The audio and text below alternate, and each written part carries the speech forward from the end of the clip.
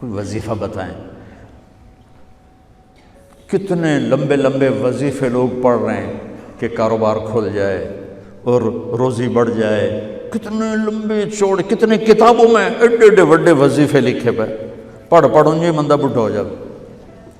میں قربان جاؤں یا رسول اللہ آپ کی شفقتوں پر، آپ کی رحمتوں پر، سنو یہ کرو، میری بات نہیں ہے، میرے نبی کی بات ہے۔ تجربے کی وجہ سے کرو گے تو کچھ نہیں ملے گا، یقین سے کرو گے تو دروازے کھلتے دیکھو۔ کہ یا رسول اللہ ارید ان یوسع علی رزقی، میں چاہتا ہوں میری روزی کھل جائے۔ تو آپ نے کہا ادم علی الطہارہ یوسع علیک رزقک، تو باوضو رہا کر تیرا رزق کھل جائے۔ کوئی زور لگتا ہے وضو؟ تمہارے ہاں تو سردی ہوتی ہی کوئی نہیں کہ بھئی ٹھنڈا پانی ہے کیسے وضو، یہ تو ہمارے لیے مسئلہ ہے کہ بھئی ٹھنڈا پانی ہے کیسے وضو کرو۔ وہ ہمارے گاؤں کا مراسی مجھے مل گیا، میں نے کہا چل نماز پڑھے گی، نہیں جی میاں جی سردی بڑی نہ لے جاؤ، سردی بڑی، مراسیوں کو سردی زیادہ لگتی۔ میں نے کہا نہیں آج تک نماز پڑھا کے چھڑنا ہے۔ میں اس کو لے کے جب وہ ٹوٹی پہ بیٹھا نا، جو ہی ہاتھ پہ پائیں، اوہ حالے وہ ٹھنڈا پانی ہے، اوہ حالے وہ ٹھنڈا پانی۔ تمہارے لیے تو یہ مسئلہ بھی نہیں کہ ٹھنڈا پانی۔ میرے نبی کی یہ سارا مجمع لے لو، یہ اوپر مستورات لے لیں، ادم علی الطہارہ یوسع علیک رزقک۔ میرے نبی نے فرمایا باوضو رہنا شروع کر دے، اللہ تیرا رزق کھول دے گا۔ اب یہ اللہ رسول کی آپس کی بات ہے تو میری بات ہوتی تو دیوار پہ مار دو، تجربہ کرو۔ نبی کی بات کو تجربہ کر کے نہیں کرتے، یقین کے ساتھ کرتے ہیں۔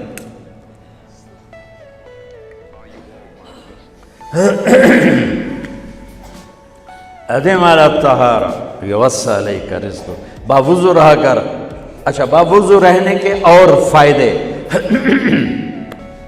اللہ پیار کرتا ہے، شیطان ڈرتا ہے، اور وضو ہوگا تو نماز آپ ہی پڑھی جائے گی، چلو یار وضو ہے 4 فرض ہی پڑھ لو گی۔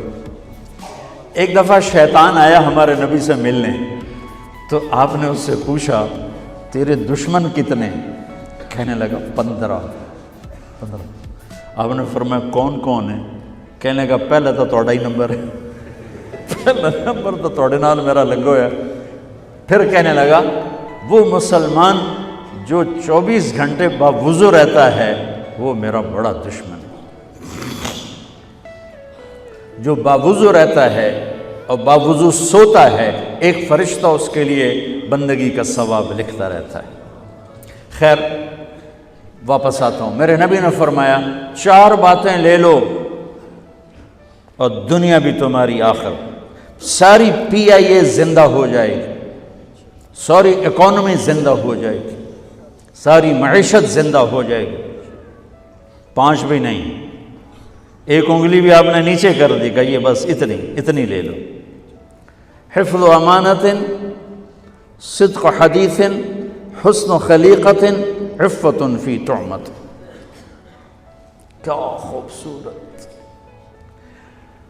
ساری زندگی کسی کو دھوکہ نہ دینا، دیانت داری۔ میرے ملک کے ادارے کیوں ڈوب گئے؟ دیانت نکل گئی، کھوٹ آ گئی، دھوکہ آ گیا۔ میرے نبی نے کہا حفظ امانت، کبھی امانت میں خیانت نہ کرنا، صدق حدیث، کبھی جھوٹ نہ بولنا، ہمیشہ سچ بولنا۔ میرے نبی نے فرمایا میرا امتی ہر گناہ کر سکتا ہے، 2 نہیں کر سکتا، ایک جھوٹ کبھی نہیں بولے گا، ایک دھوکہ کبھی نہیں دے گا۔ میرے نبی کی 2 صفتیں ہائی لائٹ ہوئیں، صادق اور بولو کیا ہیں؟ کوئی اور بھی تو ہو سکتی تھی، جس سے مشہور کیا، کعبہ قوسین بھی تو ہے، اور ادنا بھی تو ہے، واللیل بھی تو ہے سیاہ زلفوں والا، والضحیٰ بھی تو ہے روشن چہرے والا۔ کس سے مشہور کیا؟ صادق امین۔ اگر آپ مجھ سے سوال کرو، میں ممبر رسول پہ بیٹھا ہوں کہ مولانا صاحب سارے دین کو 2 لفظوں میں بتاؤ، ساری شریعت کو، تو میرے پاس 2 لفظ ہیں، سچائی اور امانت داری۔ آپ مجھ سے سوال کرو مولانا صاحب ساری دنیا کے کفر کو بتاؤ، تو میرے پاس دو لفظ ہیں، جھوٹ اور دھوکے بازی، جھوٹ اور خیانت۔ پوری دنیا کا کفر ان کے اندر چھپا ہوا ہے، سچائی اور دیانتداری پوری دنیا کا اسلام اس کے اندر چھپا ہوا ہے۔ دیانت اور سچائی یہ بیج کی طرح ہے اور پورا اسلام پھر باغ بن کے پھلتا پھولتا ہے۔ جھوٹ اور دھوکہ یہ بھی بیج کی طرح ہے، پھر اس سے کفر کا جنگل کانٹوں بھرا جنم لیتا ہے۔ میرے معاشرے سے جھوٹ نکل جائے، دھوکہ نکل جائے، یہ پاکستان جنت کا ٹکڑا ہے۔ اور یہ حکومت کے بس کا نہیں ہے کہ وہ سب کو سچ بلوائے، یہ مجھے کرنا ہے، یہ مجھے کرنا ہے، میں نے اور آپ نے اس کو شروع کرنا ہے۔ حضرت جریر بن عبداللہ یہ یمن کے شہزادے تھے، آخری حج پہ مسلمان ہوئے، اپنے نوکر سے فرمایا گھوڑا خرید کے لا، میں پیسے یہاں پیمنٹ کروں گا۔ وہ منڈی میں گیا، 300 روپے کا گھوڑا لے کر آیا۔ جب انہوں نے گھوڑوں کو دیکھا تو وہ قیمتی تھا، مالک کو پتہ نہیں تھا، اور یہ گھوڑوں کی نسل کے پہچاننے والے اس سے کہنے لگے تیرے گھوڑے کے 400 کر دوں؟ کر دو۔ بڑا حیران ہو کے دیکھنے لگا، بھائی کہ آپ تو مجھے چیز خریدنی ہے تو میں گھٹاتا ہوں، اور اجمل نے بیچنی ہے تو یہ اس کی قیمت بڑھاتا ہے، اور یہاں خریدار کہہ رہا ہے 400 کر دوں؟ وہ کہنے لگے کر دو۔ کہ 500 کر دوں؟ کہنے لگا کر دو۔ کہ 600 کر دوں؟ وہ تھوڑا تھوڑا گھبرانے لگا، بھائی یہ چکر کی ہے۔ 700 کر دوں؟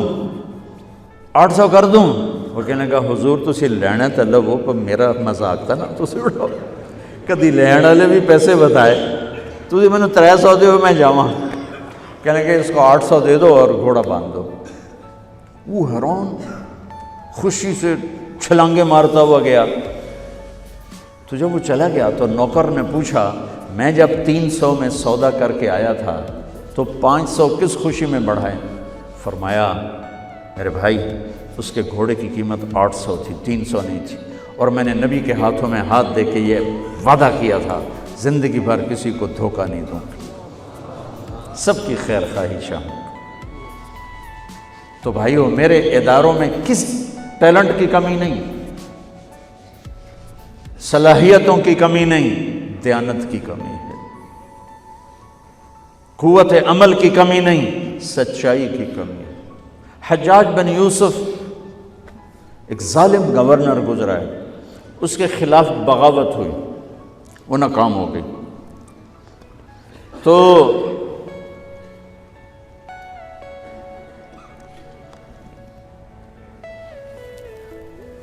کوفہ میں ایک بزرگ رہتے تھے، ان کے بیٹے اس بغاوت میں شریک تھے۔ وہ چھپتے چھپاتے کئی سال کے بعد واپس آ گئے۔ ابن خراش ان کا نام تھا۔ ان کی سچائی مشہور تھی کہ ابن خراش جھوٹ نہیں بولتا۔ حجاج کو پتہ چل گیا CID سے کہ آ گئے، تو اس نے کہا آج ابن خراش کا امتحان ہوگا۔ اس کو کھانے پہ بلایا، عنوان ہی نہیں بنایا تفتیش کا، کھانے پہ بلایا اور کھانا شروع ہو گیا۔ باتوں باتوں میں کہتا ہے ابن خراش آپ کے بیٹے ہمارے خلاف لڑ کے بھاگ گئے تھے، کوئی پتہ ہے؟ تو ابن خراش ہنس پڑے، کہنے لگے حجاج زندگی موت تو اللہ کے ہاتھ میں ہے، گھر آئے بیٹھے۔ تو اس نے کہا تیری سچائی کو سلام کرتا ہوں، اگر تو جھوٹ بولتا یہیں تیرا سر اتارتا، پھر تیرے بیٹوں کا جاؤ سلام ہے تیری سچائی کو، تیرے بیٹے تجھے مبارک ہوں، مسلمان جھوٹ نہیں بولتا۔ میرے نبی سے پوچھا گیا یا رسول اللہ کیا مسلمان بزدل ہو سکتا؟ کہا کیا مسلمان بخیل ہو سکتا؟ آپ نے کہا۔ پھر پوچھا گیا جھوٹ بول سکتا؟ کہا نہیں، جھوٹ نہیں بول سکتا۔